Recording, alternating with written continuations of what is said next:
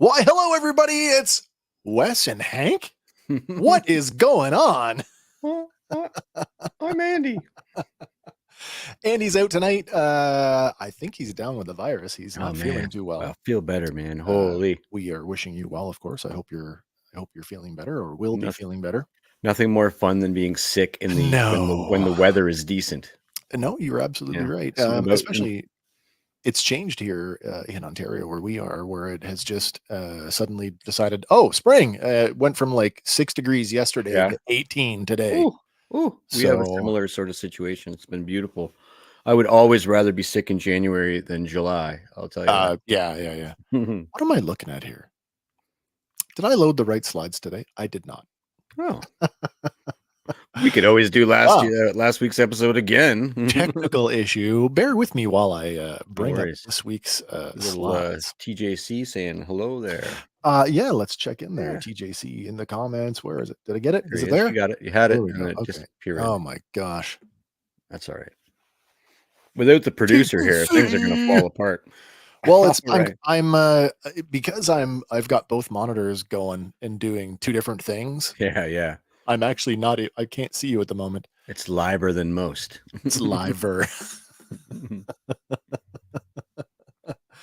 Okay, that is processing. The slides are coming. They'll be here in a few seconds. Thanks for joining us, TJ. Absolutely. Now, this is different. It's just you and I. And I said before we went live, has it ever been just you and I?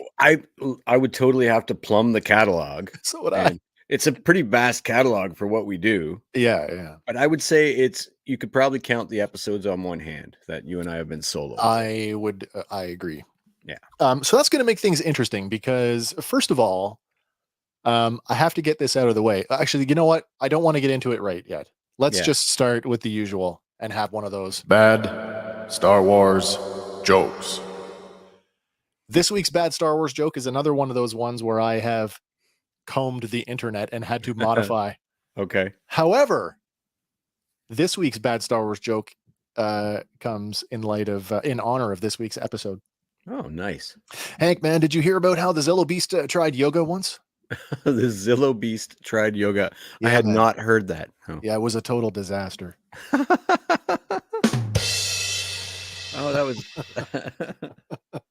was legit. Yeah, Star Wars awesome. Godzilla. There we go. Very good. TJC, I see your comment. You are recovering. That's fantastic. I am so happy that you're doing okay, man. And yeah, absolutely. We're so happy to have you along. So let me start with the usual question. This week's episode.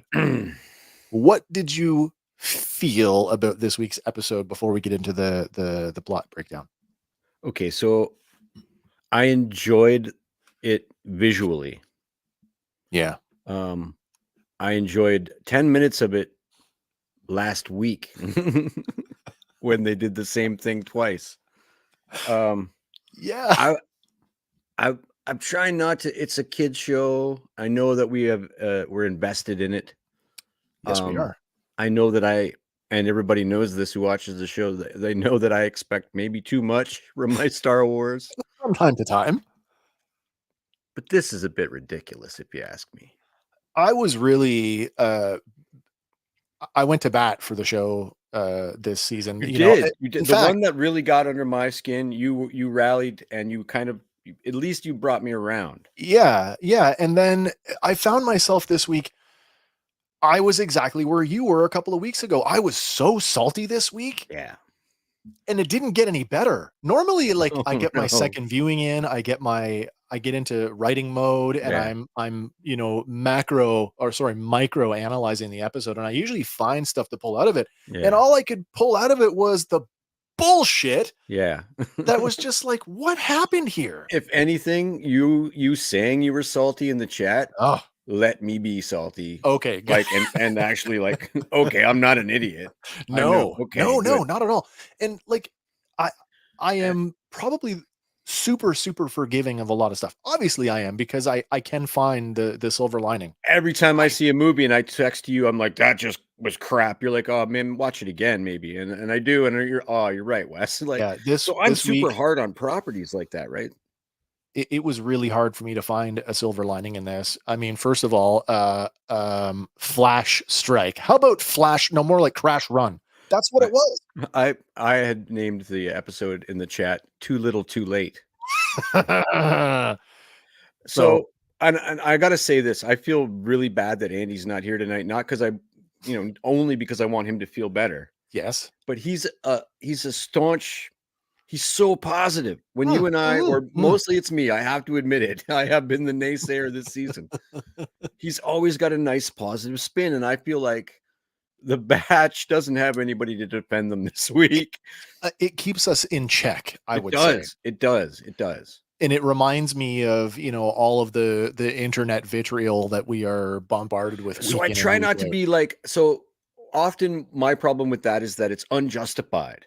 Yeah. Right. So if I can justify my vitriol, then let it fly. And I think we have some valid points this week. I agree. I said that this week was, and I didn't want to use filler because I hate using that word, but like after last week where I said the tension had never been higher, this week was an absolute stall. Just yeah. Complete stall. I started looking through other media that had Flash Strike, Flashpoint, Flash this, Flash that, and I was like, what is Strike or Flash about this episode at all? You think this lightning quick surgical assault on the base or on the Empire somehow, and that didn't happen. Yeah, or a conflict, like where things just explode out of control, and now it's like a race to the finish. And I know we're going to get into it in a lot of detail in a certain slide, but I can't for the life of me figure out how they're going to put together. I don't know either. 20 I honestly don't know either. 25 minutes, one per minute. For me, I would say, and you were right. Like we saw half of this last week, and I said that like everything that needed to happen this week, and believe me, there wasn't a lot that needed. No, there's a ton of things that need to happen. Yeah. But of the things that we were presented, if I pulled the nuggets out of what we got of that stuff, what needed to happen could have happened in the first half of the episode. That would have left us like 10 full minutes, 10 more minutes to go over all of the stuff that's unresolved. That's right. On that note, and you can do 10 minutes, a lot in 10 minutes. Absolutely. We've had entire narratives driven in, well, again, things in this show, when you analyze them the way that we do, things happen by the second. It really started to occur to me that when you go back and you watch the other episodes from the other two seasons, and there's a lot of cool stuff that happens, but we don't have this, we're racing towards the end feeling. So we'll take a tour into and we'll rescue somebody's pet dog or whatever that animal is. We'll have the video game episode, the racing episode. Yeah, sure. And you're right. And it's less stressful, but honestly, I feel like they might have had a season's worth of stories for the main plot. Oh yeah. And they went, well, Disney said, you got to make this at least 3 seasons. You've got to fluff this out. And I especially feel this season that there's maybe 2 episodes out of 14. Sorry, let's give them a chance. That's true. We got one more. But there's like maybe 2 episodes this season that actually drive the show forward. Yeah, you're right. You're right. I do want to talk about that stuff because this happened quite organically over the course of the week, where just through our casual conversation with each other, I would like to present to our audience. And this was something that we came up with literally in seconds. This is 14 dangling plot threads that we're not sure can be resolved in one final episode. These are in no particular order. On a special 3-hour episode of The Bad Batch.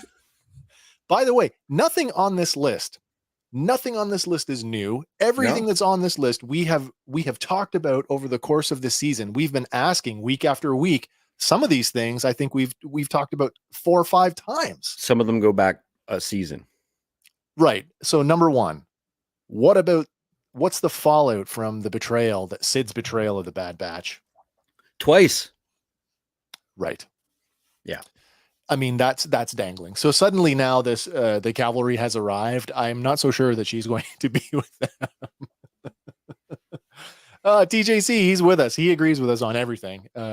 That's good because it was a tough one this week. Honestly, anybody out there, feel free to check us if you have a different opinion, because honestly, sometimes we need that. So if you can find some saving graces, let us know. No, you're right. You're right. What is Rex and Gregor's involvement in rescuing the clones? That's a big one for me. I'm sure they're going to make an appearance, but it's like, will it be more cameos? Have we even seen Gregor this season? We've had a name drop.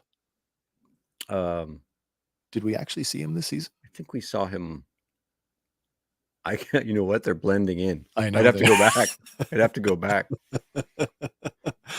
That falls right into who the hell is CX2? Yeah. Now that's probably one of the bigger ones, since we spent 40 minutes of an episode trying to figure it out in our heads, debating the merits of who's who in the zoo. The next two make me laugh. Sorry, not the next one, but the next one, there's a bigger conversation to be had about this. Will there actually be a prisoner riot or a clone revolt? I sort of thought, and maybe this is me reading too much into what I want again.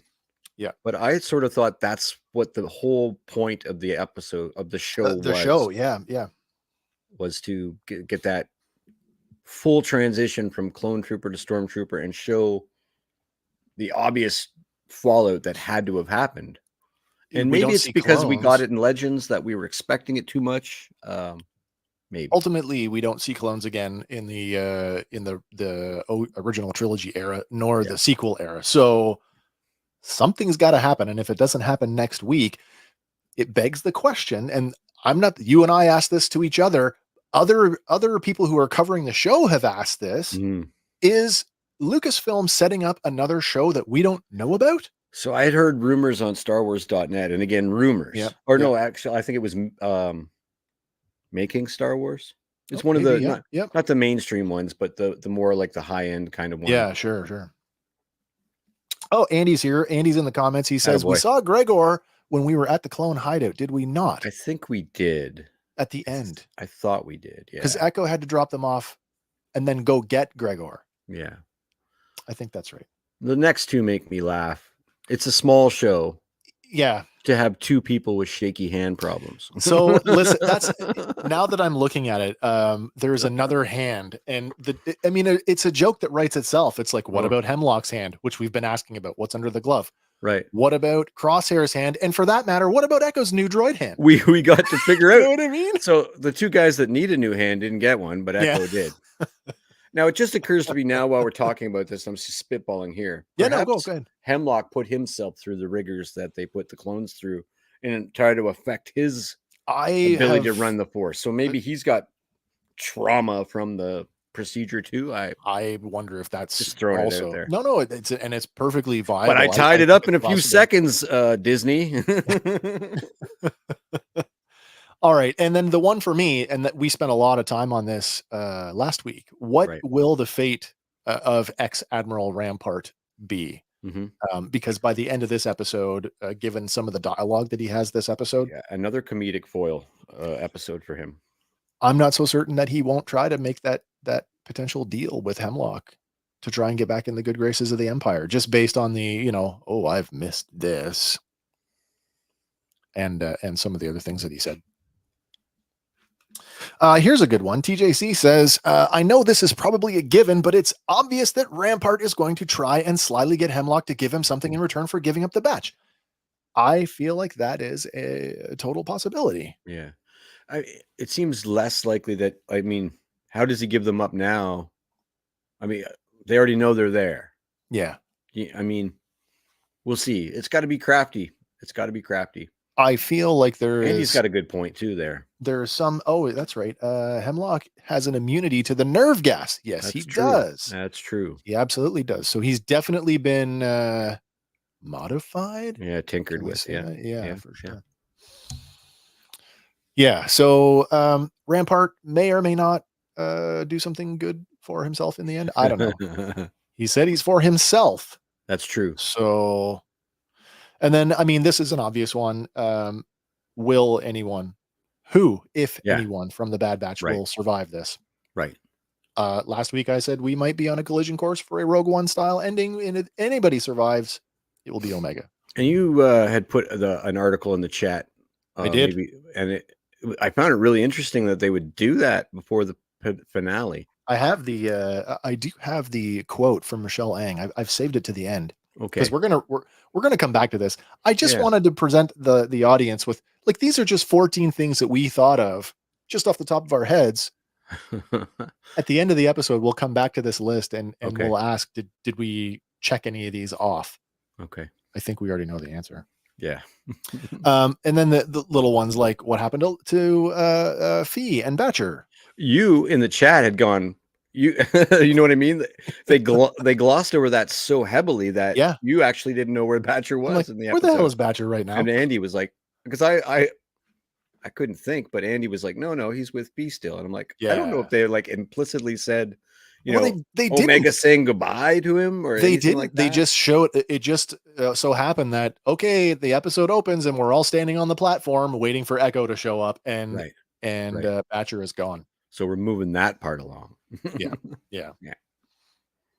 What do you got here? TJC, you got another one for us. Omega will release the big beasts and use them against the Empire and escape. That I am 1,000,000% on board with. Yeah. We joked about it last week. Are they going to use the Zillo beast for the distraction? Turns out they are. Turns out they are. Oh, yes. Addendum, just like the last time. I know. I don't want to be that guy, but I know. Oh, I know. What about Omega and the other kids? Will she lead the kids on some sort of escape? I mean, the writing is on the wall. It's about to happen. That might be the one that we do get closure on next week, or at least some sort of something. Yeah. And then the big one, another big one. What's up with Wolf? Our first exposure to Wolf this season was he was ready to take them in. Mm-hmm. Is he going to be that way if we see him again? Will we see him again, for that matter? I don't know. Andy's covering our ass tonight. What's Andy saying? Andy says, no, the mayor's daughter said she'd take care of Batcher right before she turned herself in on Pabu. Okay. Oh, I remember the goggles. I remember the Tuca doll. I don't remember that. I thought that Batcher got on the ship with them. Now I got to go back and watch it. That's okay. All right. And of course, the big one this episode, this season, Asajj Ventress. Hello. Yeah. You don't just toss her in for in the trailer. And you make it seem like the whole friggin' season revolves around her. She's going to be some, the mentor figure. And again, happened. This also leads into the rumors that there may be another Star Wars animated series coming. Well, in my heart of hearts, I don't know. Don't get me wrong. I will accept anything that is thrown at me. I will give it a try. But I do feel like everything that's left dangling is all going to come to fruition in other projects. And probably a lot of it's going to be in our live action stuff. Yeah. I hope probably so anyway. True. That's probably true. Oh, here we go. TJC, I know this is a kid's show, but for me to keep with the idea of Star Wars, there has to be a point to any of them escaping. 1,000%. I've been saying this since the first episode of The Mandalorian aired. If you're going to give me new Star Wars, it's got to mean something. Yeah, and so there's got to be a reason for these stories. There's a reason we watched Luke Skywalker blow up the Death Star and then save his father. There's a reason for that. I actually don't know what the reason for Palpatine returning and Rey stopping him was. Other than to rinse repeat. I mean, I do. I know the point. I read it in Dark Empire in the 90s. yeah. I didn't need to be told again. Right. And so I agree with that point 1,000%. Star Wars has got to mean something. We're telling big stories. Yep. So we're that's why I'm glad we didn't pursue. As much as I'd like to see something small about it, I'm glad we didn't run with Broom Boy from The Last Jedi. Right. You know. Yeah, I still think that those plot threads are there. I think that stuff is there to be explored, and I do think with Daisy Ridley coming back for a new film, perhaps a new trilogy, that we will see more of that. Yeah. And then I have to ask, the last time we saw Pabu, well, there was a cruiser still kind of hanging around. I mean, I was completely wrong about that. I thought, why would she just turn herself in? Because they're not going to stop destroying the city. And they did, which is crazy out of character for the Empire. Yeah. And not to leave a garrison behind at least. And that's exactly what I'm getting at. We saw it in Andor. The Empire suddenly had a presence everywhere they went. They're analogous to the American army. They leave bases in Germany, in the Philippines, in Japan, everywhere they go. Yes. They leave something behind. Yeah. Well, anyway, that, my friends, is 14 plot points that we're not sure can be resolved in a single episode. All right. We want to get into this one? Yeah, man, do it. All right, let's do it. Oh, wait, what do you got here? Cloud City, case in point. Aha. That is a good point. Okay, here we go. This week, it's Star Wars The Bad Batch, episode 314, Flash Strike. Not really. Originally aired Wednesday, April 24th, 2024. This one written by Brad Rao and directed by Nate Villanueva. We have an advertised runtime this week of 24 minutes, or an actual 20 minutes and 29 seconds without titles or credits, which kind of ties it for average. And our episode synopsis this week reads, odds are against the Batch as they operate behind enemy lines. Use that word loosely. Operate. Yeah. All right. In the opening sequence, the Batch travel to Tantus, stuck to the hull of the Imperial science vessel. Now, there's a real concern that once they get there, they'll be detected. So the decision is to detach before they arrive and to go on foot. Crosshair warns them that the jungle is deadly, and everyone seems worried about Echo getting off the science vessel, except for Hunter, who says in his most smoky voice, he'll find a way. And building off what we got out of Rampart last episode, we can see that the closer that they get to Tantus, the more visibly upset and nervous he becomes. Sure. Like, he doesn't want to be here. He didn't expect to be on the mission. And then this episode, he just outright panics, which, again, more comedy. Yep. Where are we at here? Okay, so over on the science vessel, Echo stashes the unconscious stormtrooper that he shot last episode, and he gets back to work analyzing the ship's manifest. But he's interrupted by an RA7 protocol droid and is forced to hide. Now, what do we got here? The RA7 protocol droid, or RA7 inventory droid, also referred to as the Death Star droid. This guy first appeared in A New Hope back in 1977. We saw two variations of this, one inside the Sandcrawler and a different one on the Death Star. Yeah, my favorite iteration is the AZ character from Rebels. Oh, right, the guy that sounds like sounds like Tim Curry. Yeah, I think it's the gentleman from the Flight of the Conchords. Oh, it might. Does the voice? Yeah. As the science vessel streaks toward the Tantus base, Hunter detaches the shuttle and then trails off behind it. But then, where am I at here? Sorry. I completely skipped a line of notes. By the way, didn't forget about you, Site 2. In the fortress command center, I should say, Dr. Hemlock gets a report on the science vessel from Commander Scorch. It seems the Bad Batch, along with Rampart, were detected at Imperial Station 003. And there is a concern that they might be tracking the ship. So Hemlock orders fighters to be dispatched and to patrol their airspace. Of course, what else would you do? Yeah, this whole Site 2 thing. Yeah. Have we gotten any of that? The funny thing is, all the interior shots, we don't know that some of them aren't in Site 2. No, we just assume that this is all self-contained. Yeah, exactly. So, and that things are moving along perfectly well in the other site with Joris Saboeth. That's right. I hope we get some more on that, to be honest. All right. As the science vessel streaks toward the Tantus base, Hunter detaches the shuttle and he trails off behind it. but a flight of 6 V-Wing fighters is on top of them and begins to engage them. Inside the command center, a technician advises that the fighters are intercepting a rogue shuttle. Hemlock orders the entire base to be locked down. Very pointedly, he says, "Neutralize the threat, Commander." So Scorch orders the fortress's turbo laser batteries to open fire. Mm. Now, the blasts erupt like flak around the shuttle, but miss. Unfortunately, one of the V-wings doesn't miss, landing a shot on the starboard wing, which is damaged. So Hunter rolls the shuttle and he makes a dive for the clouds. Now, the turbo lasers seem to be, they're not exactly the same, but they seem to be from the same family as the Tame and Back XX9 heavy turbo laser. Those are the ones we saw used on the Death Star back in A New Hope. But we've seen these before. Yeah. This scene was as good as anything they've done animation wise. I'm never going to hack on them for that stuff. Nope. Super stunning. The pacing is excellent. Some real tension. I did like, I'm a ship nerd, so anytime ships are on screen and to have a dogfight, even though it's a one-sided dogfight, loved it.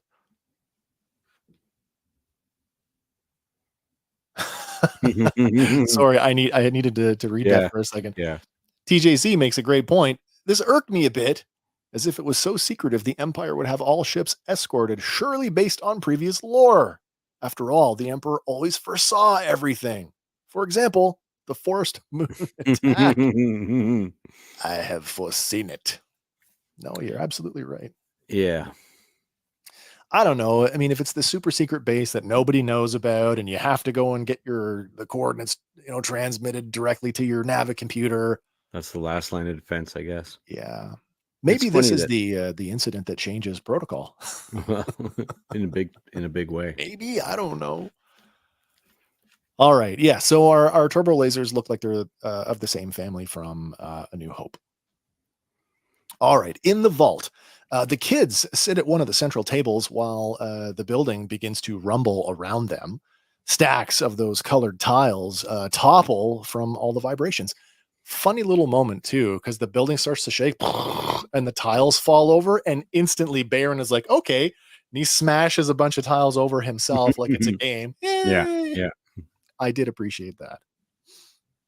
In the overhead control room, a lab technician informs Emery and Dr. Skalder that there is a base-wide security alert. Emery orders the tech to follow the lockdown protocols while she goes to secure the lab. She then tells Skalder to watch over the children. She actually makes a point to say children and not specimens while she's gone.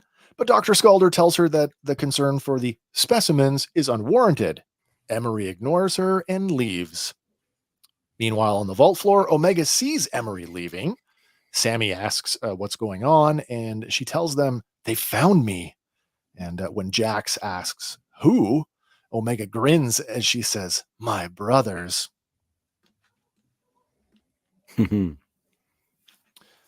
Meanwhile, Hunter pulls the shuttle level again just in time to take a direct hit from one of the turbo lasers. With the deflector shields failing, he puts the ship into a nosedive and he cuts the engines, spinning the ship 180 degrees, now falling ass first before destroying one of the pursuing V-wings with the shuttle's laser cannons. Then, restarting the engines, he breaks through the formation and he levels out near the ground. With no time to land, he orders Wrecker to prep the rappel cables before activating the autopilot. Then he and Crosshair join them, him and Rampart, in the main hold. No fear of heights anymore from Wrecker? I guess when there's it a really plot counts. point that they dropped. Well, and it came back in the episode with the Juggernaut, which was kind of funny. It was super pronounced in the first few seasons, almost to be like almost insurmountable, and it made him feel a lot like BA from the 18. Yes, of course it did.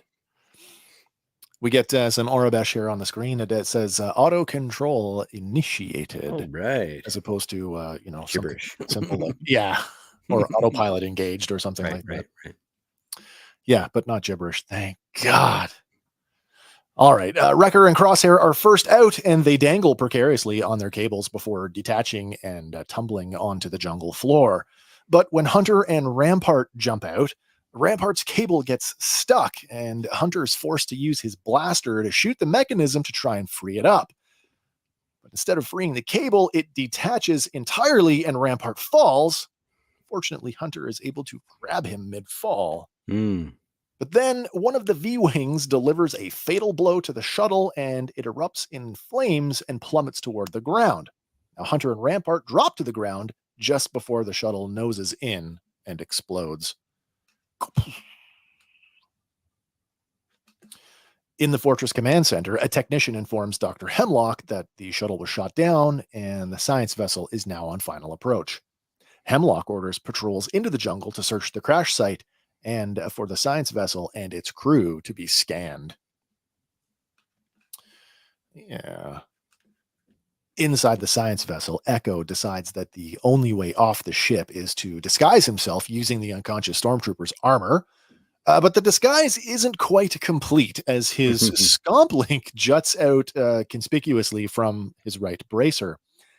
But getting back to the wall terminal, he calls up the manifest one more time and he continues to search. This actually kind of got me in the feels. Okay. Echo's never going to see his gear again.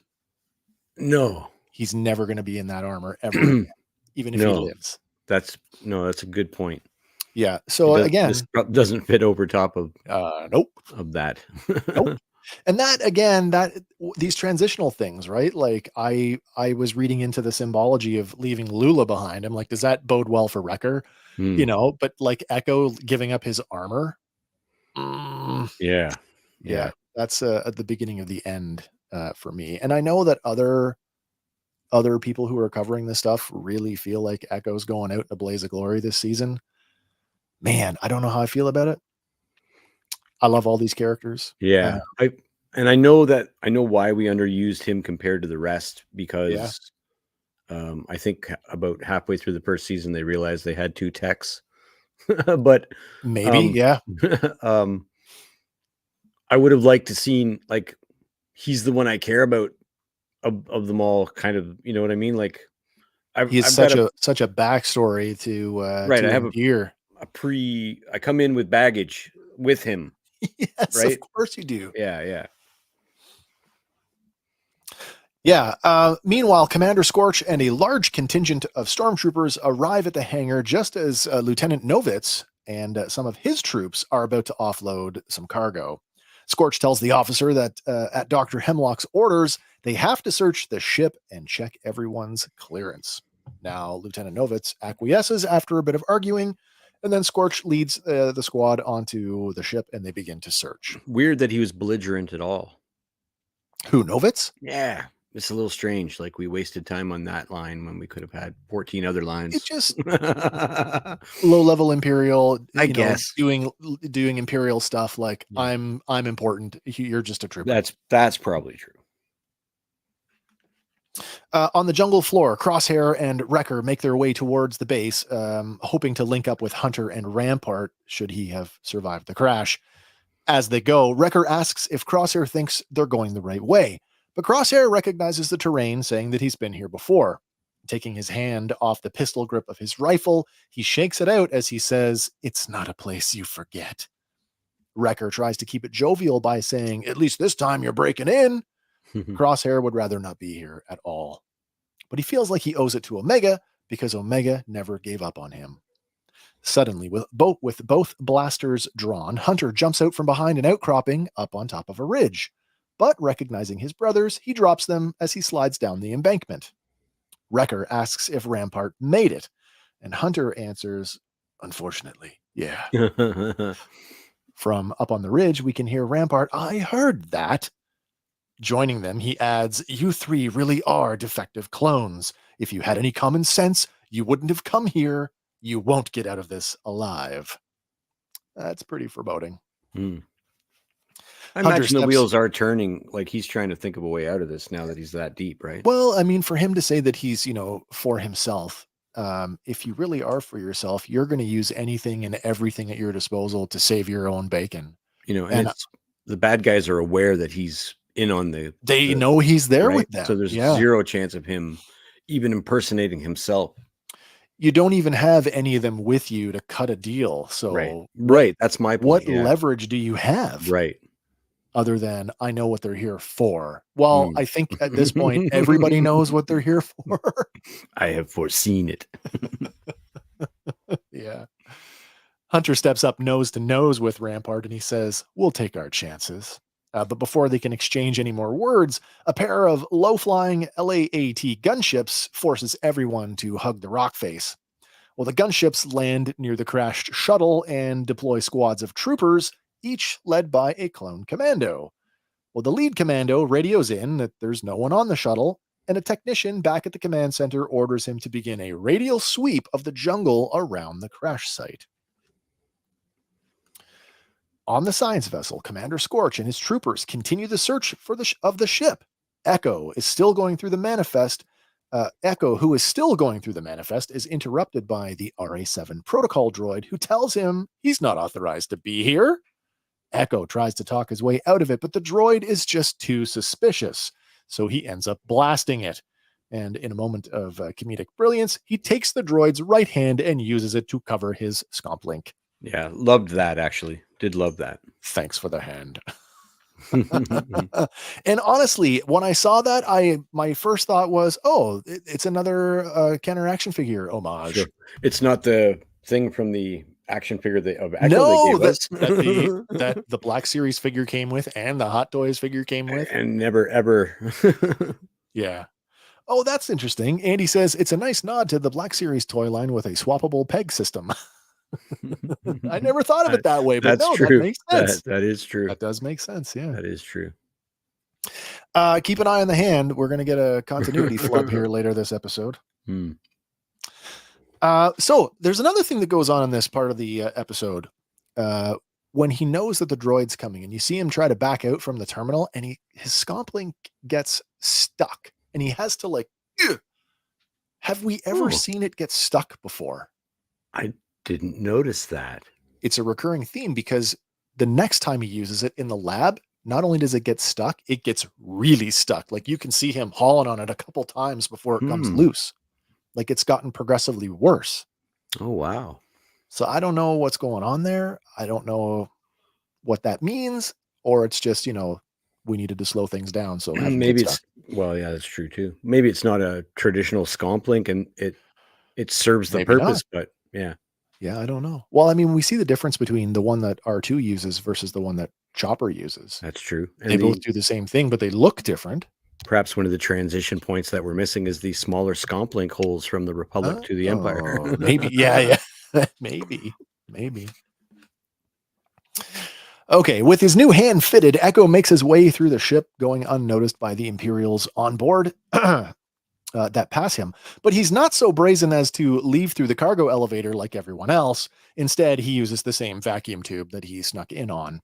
Now, dashing behind one of the ship's landing struts, he sees a scientist is now scanning the crew.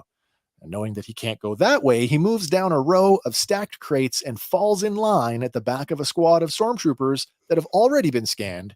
And with them, he walks right into the fortress. And they don't notice at all. Andy's got a good follow-up to the scomp link. He says that Echo is using a scomp link A and the Empire is using scomp link model C. Like USB-C. It's right. Okay. With his new hand fitted. Oh, where did I go? Sorry, I rolled the notes the wrong way. In the vault, the kids wonder what's going on and why the droids haven't come to take their vitals yet. Omega tells them that this is her best chance to scout out what's going on. She tells the others to cover for her if the droids come in, but none of them even understand what that means. What do you mean? But she's undeterred and she tells them, you'll think of something. That's wonderful. Yeah, you'll think of something. That's what Hera says to that bridge officer in Ahsoka. Really? And when Dr. Skalder turns away from the window in the overhead control room, Omega gets up and she goes to her cell to begin removing the wall tiles with the stolen tool. Once inside the tube system, she climbs the rails as glowing red tubes whiz past her. Listen, I have to. I'm still very critical of this because the total amount of screen time that we spent her traveling away from her cell is nowhere near the amount of time we used to get back. And this is the part that I feel strongly could have been held. It could have either been eliminated from last episode and pushed to this episode, or eliminated from this episode and pushed to the last episode, giving us the time to resolve some more important things. Absolutely. I think it's a very strange choice to have her do the same thing twice back-to-back episodes, especially considering this one is much more. I mean, it doesn't matter how she, and spoilers, it doesn't matter how she finds the Zillow Beast as long as she finds it. I don't understand the doubling down on this. That really got under my skin. I mean, arguably, we didn't see her inside the system. We saw her stick her head in and look up and down. Yeah, but just the amount of time that it would have taken, and the have her climb in there. Identical result. The end right. scene is identical. Yep, it really is. Sitting there, also nothing. Yeah. But it quite literally is like the tube system in an office building. Yeah. It's that. All right. Out in the jungle, the Bad Batch are on the move towards the base while the stormtroopers and gunships continue the search. Crosshair shoves Rampart forward, telling him that if he falls behind, he'll be left behind. Rampart says that Crosshair used to believe that good soldiers followed orders. But Crosshair says that depends on who's giving them. It's about time. Yeah. He tells Rampart that the Empire betrayed both of them. Rampart says he's wrong if he thinks that they can fight them. He calls Crosshair more like him, loyal to no one but himself. Passing Rampart to join the others, Crosshair says he's changed. Mm-hmm. Rampart's eyes narrow as he mutters under his breath, "Sure you have." What's Andy saying here? Andy says there is an inconsistency between the kids' cells as to which wall has the access point. Oh, I did not pick up on that. Are we saying it's on different sides of the room in each cell? I'd buy that. Yeah. Yeah, there's something going on here with him doing the boring a hole in the back of his head, with the old narrow eye thing. I don't know what he's up to. I just think that there's room for him to do something shitty. Yeah. I mean, there could be. I don't know how much he's privy to in terms of what went on before his capture with the clone port. Maybe there's like a kill switch inside Crosshair that they can throw or something like that. When I was watching this, I had some of the stuff we already talked about. I believe that given an opportunity to better himself, that Rampart would take it. And on that, I do think that there is room for him to try and make a deal with Hemlock, even though he's got nothing to leverage with. No. The other thing is, flip the script. Is there a way for Rampart to discredit Hemlock and get back in the good graces by doing that? Yeah, I mean, that I agree in principle, but we're adding a whole other Rampart either directly communicating with Tarkin or you know what I mean? We're adding a whole another 10-minute scene onto something that we haven't got time to even pull our socks off. No, you're right. But again, all these questions, right? Yeah. What's going to get resolved? What's not going to get resolved? Yeah. Oh. TJC says, maybe Crosshair shaky hand. Yeah, that's kind of what I was him to succumb. That's kind of what I was like poking around the bush on. Yeah. Man, I hope not. All right. Meanwhile, where did I go here? Did I just miss a slide? No. I think I did. Oh, yeah? Maybe. Meanwhile, Omega keeps shuffling her way along the tube system as more tubes pass by. As the oh wow. And so I have a question about that too. They say lock down the facility. I'm going to go lock down the lab. They haven't taken our samples today. I wonder what's going on. And yet the tubes are flying all over the fucking building. No, you're right. You're right. This is number 20. Oh wow, I did it again. I'm sorry, I jumped ahead in the notes. That's okay. My apologies. Echo, still in line with his new squad, spots a terminal and he drops off to check it out. Using his scomp link, he calls up the location of the medical lab, and with the route memorized, he gets onto a nearby lift. Oh, wait, Andy's got a point. Tarkin is actively gunning for Hemlock. That's true. I agree with that. That is true. But clone prisoner samples. So much unfulfilled story on top of the unfulfilled story. I know. Clone prisoner samples, yeah. The tubes are locking things down. That's right. Tubes are running the show. Here comes our continuity error, by the way. When he gets on the lift, if you didn't notice, the hand, which was bone straight, is now cradling the forestock of the rifle. Right. I know maybe his flub. Missized scomp link took time to figure out how to manipulate the fingers. Yeah, exactly. I thought it was a great idea, though. Like, oh, is it possible to hotwire a droid hand onto that? I thought great. But when they went with nope, it's an action figure non-posable thing, I'm like, oh, that's great. It's funny. And then they went and did that. Yeah. All right. Now, Omega continues shuffling her way along the tube system as more tubes whiz by. Now, as the batch continue to evade the roving patrols, they're forced to negotiate a steep rock wall. Crosshair says it would take too long to go around, especially with dead weight, referring to Rampart. But he mostly brushes it off with, oh, take your time. It's not like we're being hunted down. And he plops himself against a leaf-covered bank and closes his eyes. But he's suddenly alerted when the bank utters a low growl and begins to move. Turns out the leafy bank is actually a Dryax, perhaps even the same Dryax we saw earlier in the season.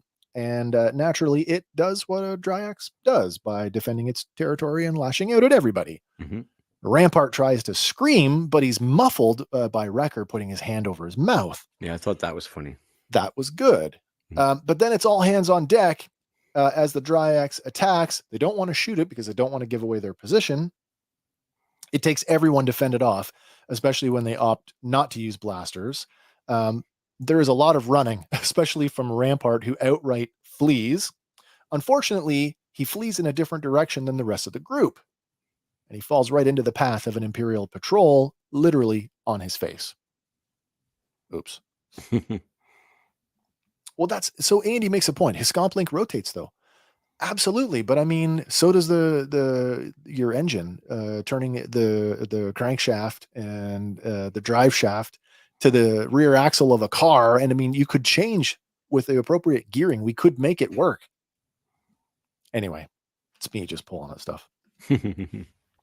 Yeah, Rampart falling on his face in front of the patrol. That's, it's perfect in one sense, but then it's like, oh, really? I figure he's going to try to I'm an officer, and they're going to say, no, we actually know you're Rampart. Yeah, I'm sure he's going to try that. Captain Yularen or something. Yeah. Oh, that's hilarious. All right. Thanks to this week's episode guide, which was pretty thin this week. We get some important details about this battle in terms of Wrecker's armor, and it's a blink and you may have missed it moment. In fact, I don't think I caught it the first time through, but we can actually see that when the Dryax slashes Wrecker with his claws, that it cuts right down to the flesh. Mm-hmm. So he is wounded. I know they help him up, but I just assumed that was from the impact against the tree. Yeah. But there's more going on here than what I originally thought. So we'll see how that plays out next episode. They make a point of humbling Wrecker physically a couple times in the last few episodes. You notice that? They have, yeah. Yeah. Andy says Dryax is bigger than a baby Rancor. Yeah. It's true, especially when it stands up on its legs. Larger than like a druidic bear. It reminded me, its color palette reminded me of that tiger creature from I felt the same way. Yeah, I felt the same way about it. But no, this is a bear based, I guess. Yeah. Alrighty. In the vault, the kids are concerned about how long Omega is taking, aren't we all? They're even more alarmed when Dr. Scalder and a medical droid show up and order them back to their cells so they can do more diagnostic testing. Starting with Sammy, the medical droid pricks the back of her hand while Scalder studies a datapad. But when the two go to leave, Sammy hops off her bed and tells the doctor, "I'm still hungry." Now, Dr. Scalder scowls at her and says it will pass. I guess that's what she thought of. This feels like it's of her own volition. Like, we're in lockdown. Why would you start running diagnostics that you haven't run all day because you've been in lockdown? I feel it's a case of, but again, if she saw that Omega was missing, why wouldn't you go to Omega's cell first? That's what I would have done. Now, Emery did say, "Watch the children while I go secure the lab." No, true. Is this her way of watching the children? And she doesn't strike me as the kind that would follow orders from Emery. Not really. There's like this unwritten tension between them, right? No, there really is. All right. In the inside the tube system, Omega's shimmies her way across one of the horizontal corridors until she comes to a slotted wall panel that is overlooking an enormous aquatic tank. Inside the tank sits a Zillo beast howling in pain. It is blasted by the same ray gun that we saw used to capture it on Coruscant and the other one on Scylla last season. Yeah. I suspect this is the same Zillo beast from that episode. Makes sense. Maybe, maybe not. It does beg the question, what happened to the one on Coruscant? Right. Is it this one? I mean, maybe they were trying to like get its young or something like. Well, the Emperor wanted to use it to make armor. Mm-hmm. We haven't seen any evidence of that since. Never. No, never. Not even in Legends, anything Nope. cool. Like, oh, you know what? There's a Sith Lord that has lightsaber-proof armor. Cortosis weave. Is that what it is? It's Cortosis weave. Yeah, it's okay. a different. It's not from material. A creature. No. Okay. No. TJC says the Empire is full of people who just want to one up everyone else. Oh, that's true. They do. That's actually indicative of the real military. Not every single person, but for sure, it's a thing that happens.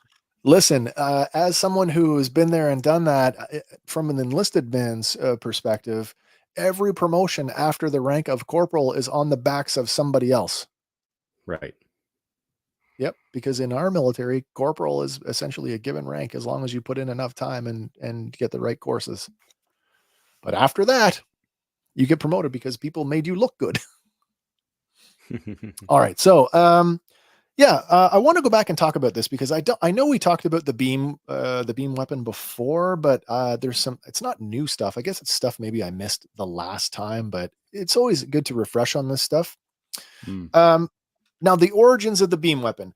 This is listed as the NNJ-40 Thunderbolt long-range ion cannon. It presumes that it is the same gun from the RX-2000 Falchion class assault tank, because that is the same cannon that's used there. Right. That tank, of course, is a derivative of the SPHAT, the heavy artillery turbo laser. Yeah, that's true. Because the Zillo beast is quite literally Star Wars Godzilla, the Falchion class tank is an homage to the Maser beam tanks from the Godzilla franchise. But this is exactly the same cannon dismounted from the science vessel, just sitting there on that platform. Yeah. I mean, I always thought that the Empire's tech was heavy on the modular. I agree with that. Right? If I'm being honest, though, aesthetic wise, it totally reminds me of the tower laser from Hoth. It so does. Yeah. Yeah. I saw a comment online this week, somebody talking about, did this influence the design of the focus array on the Death Star? Maybe. I don't know. That's possible. Yeah, I don't really know. All right. In the vault, Scalder has now moved on to Eva. Now, the diagnostic is very short, and so Eva stalls the doctor by telling her, "I don't feel well." Scalder is annoyed, but she orders her droid assistant to run a scan anyway. Omega lingers a little bit longer, taking in the scope of the Zillo Beast's pen before scurrying back toward her cell. Meanwhile, the medical droid completes its scan of Eva, and everything seems to be normal. But Scalder instructs the droid to watch her more closely anyway. Now, Omega rushes through the tube system as fast as she can, while Scalder leaves Eva's cell. Oh yeah, and Omega Cell just happens to be the next one in line, and with no sign of her return, Jax leans out and he asks, "Can I go next?" Scalder scolds him, telling him to wait his turn before entering Omega's cell, only to find Omega sitting on the bed waiting for her. And that was just like, all right. I knew for dramatic purposes that was what was going to happen. I knew it, but I was so angry because of how long it took her to get out there. I'm like, there's no fucking way she's getting back. No. It's the speed of plot. You missed one of the kids too. The Pantoran kid. Sammy. Who seems to have the baby with her in her cell. She puts him away in his own cell because she says, "I'm still hungry," and yep, it says that will pass. So Omega is like third in line. That's true. Yeah. So I mean, it's not 30 more seconds, but yeah. The funny thing is, though, with Jax leaning out, "Can I go next?" means that Scalder would have to walk right past Omega's cell anyway. Yeah. Yeah. What? Look, it's Bart, and he's doing stuff. Yeah. Andy's got a question. He says, if this is the same Zillow Beast, then what's in the giant stasis tank? I've never subscribed to the idea that was I always just thought that was multiple clones, if you will, specimens of something. Yeah. I mean, so let's make that number 15. Yeah, really. We don't know what's in those tanks. What's in the tanks? Yeah. Plus, there's all the other animals that they're bringing in. Yeah, we were always inferring. We knew that the Zillow Beast was somewhere in the facility. We see a giant tank, but who knows? I always had the idea that was like a rotunda of clone tubes, and they had the superstars, if you will, on the outside. I'm still convinced that a CX is in each tank of some renown. You remember in the Matrix when we get to the machine city and we see all the humans plugged in? Mm-hmm. That's what it kind of reminded me of. Yeah. Or even had the Dark Troopers, where they're all plugged into their in their sockets. They're in like stasis. Yeah. In their cryo. Yeah, exactly. The cryo chamber thing. All right. Well, having reached the medical lab, Echo spots the main console that's next to the centrifuge, and he jacks in. Clone prisoners flash up on the screen until stopping on an image of Omega. But then Emery enters the lab from another door, and Echo has to think fast and move even faster.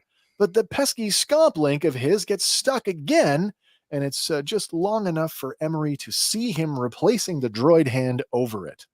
She says that troopers are not allowed in the lab. Echo fumbles a bit as he tells her it's a special security detail and everything's all clear. He tries to brush her off and he makes for the door, but then Emery calls him by name, Echo. He turns to face her, and she tells him that, or Emery tells him that Omega had told her all about them and that her squad would be coming for her. Echo says it's not just her that they've come for, but it's all the clone prisoners that they've been experimenting on. Emery falters as she says, I was just doing my job. Taking off his helmet, Echo says, yeah, I've heard that one before. You're a clone. How can you be part of this? Emery's eyes dart all around him as she struggles with what to say. Echo says that Omega told them about Emery as well, and he wants to believe that Omega was right about her. He then asks Emery to tell him where is Omega. Now, she tells him that she's in the vault along with the other children, and he won't get anywhere near it without her help. Now, shocked, Echo asks, what children? And Emery tells him that Omega is not the only child that's confined in the base. Did you pick up when they were flashing through the clones while he was searching for Omega? Did you notice any of them? I know clones all look the same. I tried. Do you think any of them were anybody we knew? I did not. The bearded guy resonated with me for some reason, but I couldn't put my finger on it. See if I can. I've got it in. It's in the slide that I put up here. Did we not interact with a bearded clone? I think in season 2. There's a couple we did. Now there's a couple that repeat in that sequence. So I didn't put every image in there because they, like I said, they repeated, but a lot of them were just like, okay, same hairstyle, add a beard. It literally reminded me of like the presets when you're creating a character in a video game RPG. I want this head, this hair, that beard, no mustache. Well, on paper, when you pitch this and you're like, okay, so every character looks identical, so the animation budget will be really low. You know what I mean? Like, yeah. Where we were on, we were on. No, not that one. We were on that one. Yes. So yeah, originally it's access denied. He can't get into the computer. I don't know what is going on there, but he does get because he can't find out where she's being kept. That's why he says, "Where is she?" And Emery says that he won't get anywhere near them without her help. So yes, she is absolutely going to do something. All right. As Dr. Scalder and the droid assistant leave the vault, the kids all gather at the central tables. Jax says that was too close, while Eva asks, what took so long? Leaning on the table, Omega tells them that she found something big, and she has a plan, but she's going to need their help. Cut to black. Man, I feel like we got through that lightning quick. Yeah. No, not so bad. Not so bad. I got a small detail here. This was interesting. The descriptive audio keeps referring to Baron in the episode as the infant. But the guy reading it also at one point refers to Baron as she. Oh. Did we know that Baron was female or implied female? It didn't occur to me. And no, me neither. Don't like all dogs are boys, all girls are cats, or something like that. Yeah. You know, I don't know. I kind of thought he was a boy, but and he said it was over in a flash strike. It was over in a flash strike. Yeah. So small detail, and I don't take the descriptive audio people as rote because we used to wrong before. We used to. They've been wrong before. I had thought that they may have been given like a rough draft of the script to read off of sometimes. I wondered that too, or are they sitting literally watching it and going, "Okay, we'll figure it out the way that we do," which explains them naming clones constantly all the time. All right. I said at the beginning of the show, I said at the beginning when we looked at those 14 plot points that we would come back, and like I said, here we are again. Did any of this get answered, get resolved? No, other than that Palbu looks like Tantus from a distance. It does. That's site 3. Andy says that I thought they mentioned that he was male in his first appearance. I kind of maybe thought they did too. Maybe that could be where I'll have to go back and see the thing with the Cad Bane episode and see what he says or what the informant says. Could just be the child. The child again. Yeah.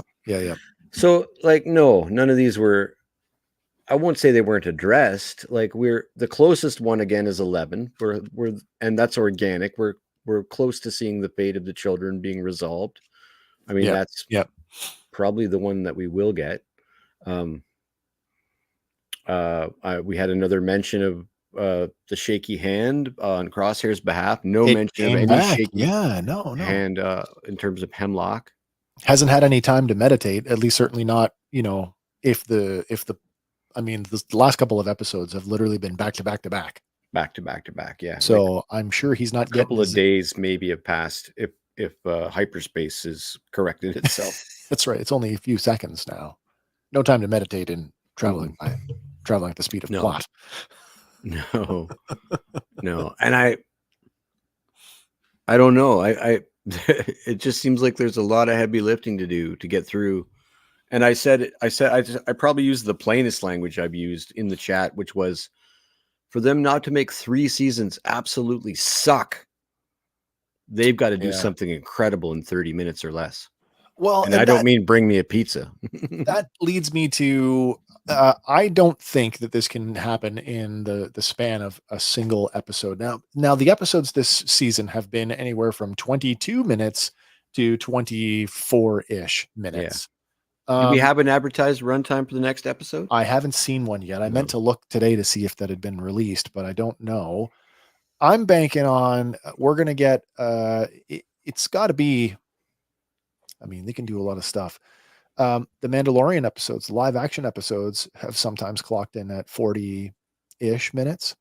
And I feel that's what we're in for the finale. If it's not a 30 to 40 minute or even closer to an hour, I don't know how we're going to get through it all.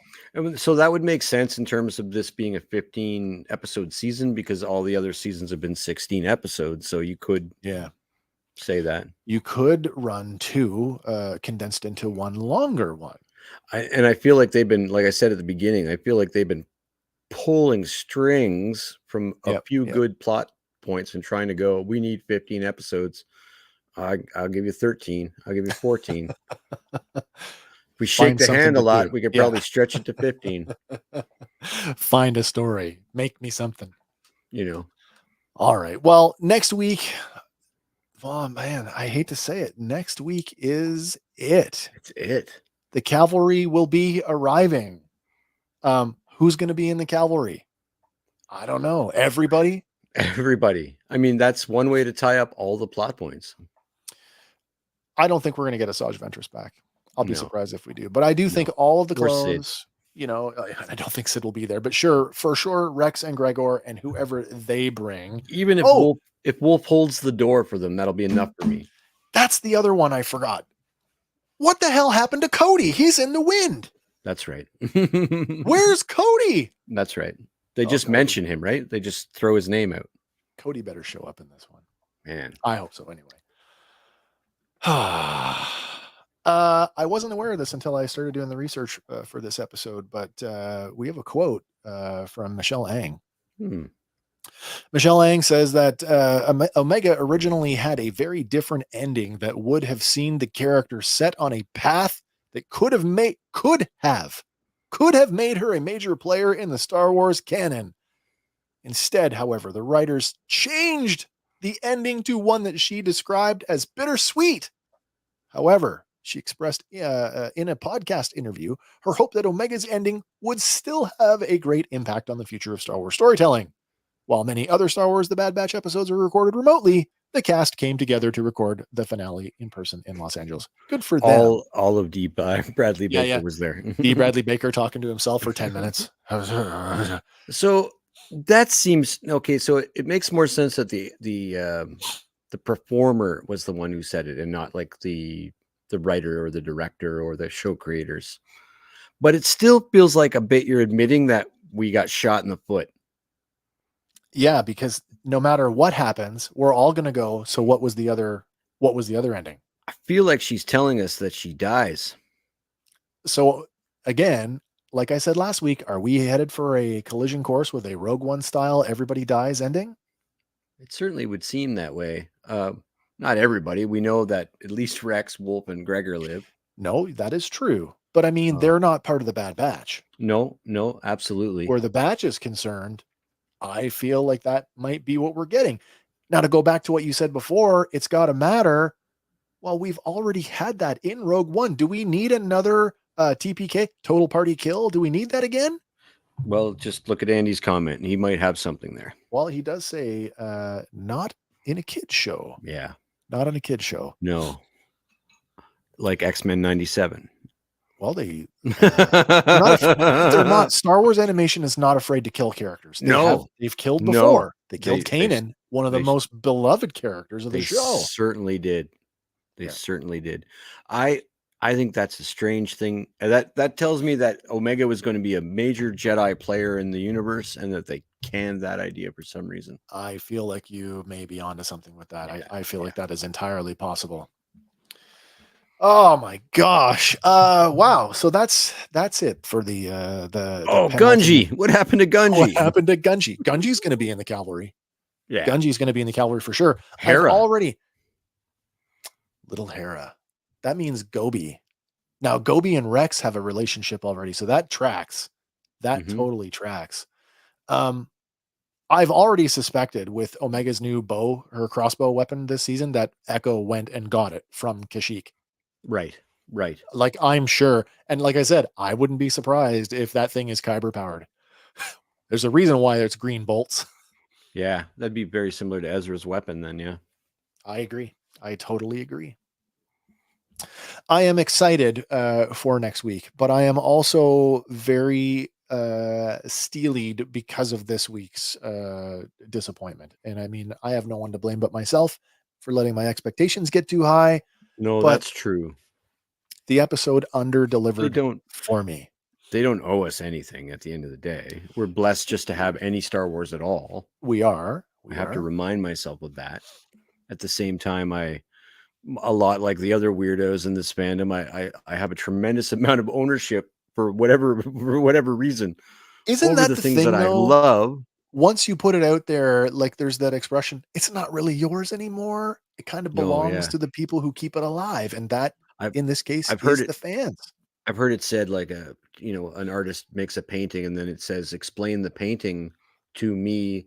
And the artist says, well, it means whatever you want it to mean.